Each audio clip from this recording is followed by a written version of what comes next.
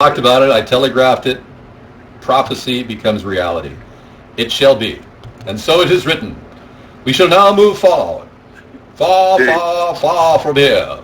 Go ahead. Dave, you're an inspiration to us all, man. Thank you. I'd like to bring on the maglev rail train. If you don't want to talk about that, you can just drop out of the call if you want. No, go ahead, man. Lay it on me. All right. The maglev rail train is a colossal waste of money.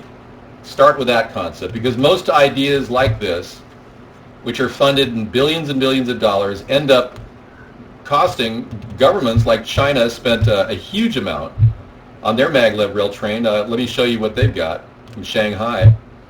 This cost $12 billion and won't even pay for itself over time. We want to actually create something that's a lot more cutting edge that will ultimately pay for itself as it goes along. So we want to do track from point A to point B, have it pay for itself. Dank, please don't spam.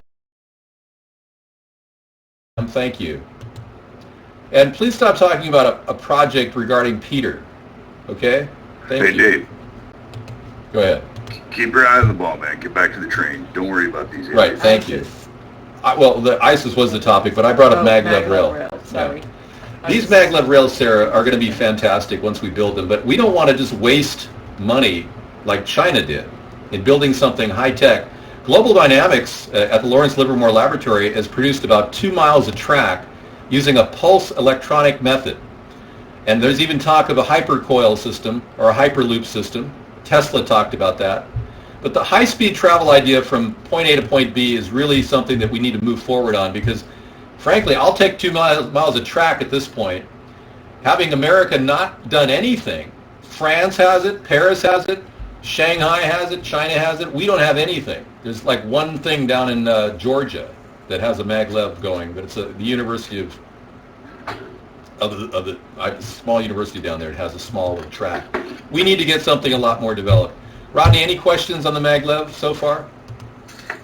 Yeah, Dave. I mean, is this thing going to be affordable for the average, citizen to travel on? And again, I mean, how are you going to cash flow this thing out? I mean, is this another piece of socialized legislation of yours? No, not at all. The first thing that we were going to do is actually create small-scale wind generator farms. Yep. So there's actually small windmills that can generate a lot of electricity.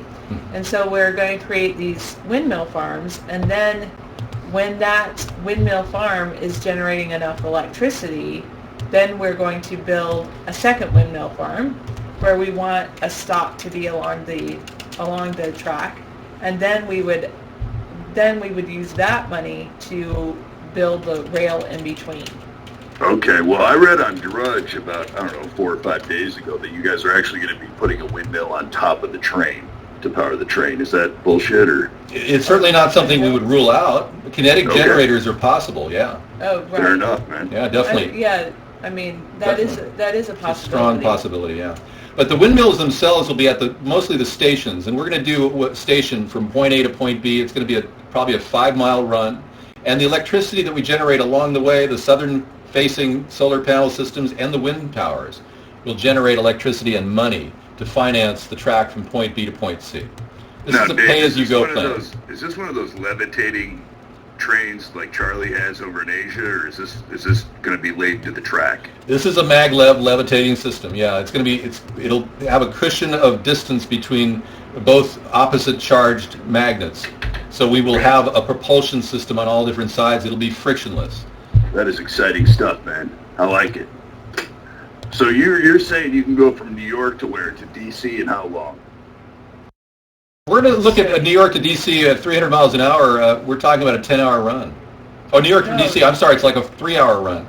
Yeah. Yeah. It shouldn't take that long. I mean, Not even. It's like a 1-hour run. Yeah. I was going to say, I'm no mathematician, but I mean, Christ, yeah, 300 miles an hour. That's no longer, it's like 600 miles. So yeah, 2 hours. You should really get with Hot Carl and have him crunch those numbers so you're prepared to answer questions like that.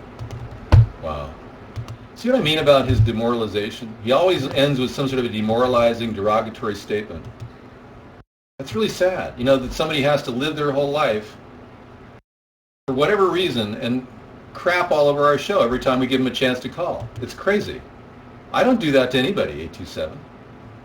He sounds like an ex-Marine. He sounds like a guy with his testosterone level has reached maximum proportion. It's gurgling in his throat. I'll tell you, buddy. Yeah. Yeah, I don't think roach-infested is the word for ISIS. And to say they have 30,000 is an exaggeration of epic CIA proportions. I'm not jealous of Rodney at all. My anger is with people like you, Guess 864, that have Rodney sitting there in front of your browser because you are Rodney. You're going to move to the USA, Cherry? Really? Oh, I didn't know. Beyond Oil, a global taste for Scottish whiskey boosts the economy. Yeah, okay, there you go. Good for you. 75 billion worth of goods and services into the UK. No kidding. So Scotland has their own Scotch whiskey. Yeah. Now let's ban all this crap about jealousy because that's coming from Rodney. This is what he does. He has 6 or 7 or 10 or 15 browsers in front of him, and he just opens up guest accounts. It's kind of sad, really. We basically called you out on your little game, man. Now, I don't believe that oil is going to reach peak oil. I don't think we've even gotten close to peak oil. And I'll tell you why. And I started this discussion back many years ago when I thought that we were going to run out of oil. But the more I looked into the oil issue, the more I realized that there's tremendous caches of oil around the world that could easily supply oil at the same rate we're consuming it for probably over 100 years. But the real question is, number one, is oil a renewable resource? And I'm going to argue that it is. Now, most geologists would say that's ridiculous. Boulder Dash. No way. But the reality is the Earth is a veritable laboratory experiment going on within the mantle. And the magma creates massive flows of liquid carbon. Well, guess what oil is? Oil is liquid carbon. So when they dug under the ocean, 10,000 feet below the deepest portion of the ocean, the Marianas, and they found oil, you got to ask yourself, was there some dinosaur 10,000 feet under a 30,000 trench somehow falling apart and turning into oil? I don't buy the dinosaur is oil concept. So we really believe that oil could very well be a renewable resource that we need to look at as a long-term solution. But I do believe that we could possibly make much better use of our oil. Now, energy efficiency is something that we have purposely been held back on. Our cars could get 100 miles per gallon. There are designers out there, many of them have had patents stolen or taken by oil companies. Literally a few $100,000 and they bought their efficient engine or carburetor or fuel injector system. I can think of 2 or 3 right off the top of my mind where they sell a 100 mile per gallon carburetor and then the oil company buys it up and lo and behold we're still sitting at 30 miles per gallon with our cars. Our call-in number is 707 your ATP, YOUR-ATP. Yeah, oil is what Exxon likes to spill into our water, Dave. Let's be clear upon that. Yeah, exactly. And the oil companies, they just want to make money. So when are we as Americans going to get the oil companies out of policy? Thank you, Master Meatball. It is absolute genius, and I'm more than willing to say that plate tectonics and ocean water can create oil. True. The Earth is a producer of oil. Do the dance and I'll vote for you. I don't think I could do that dance. Yeah.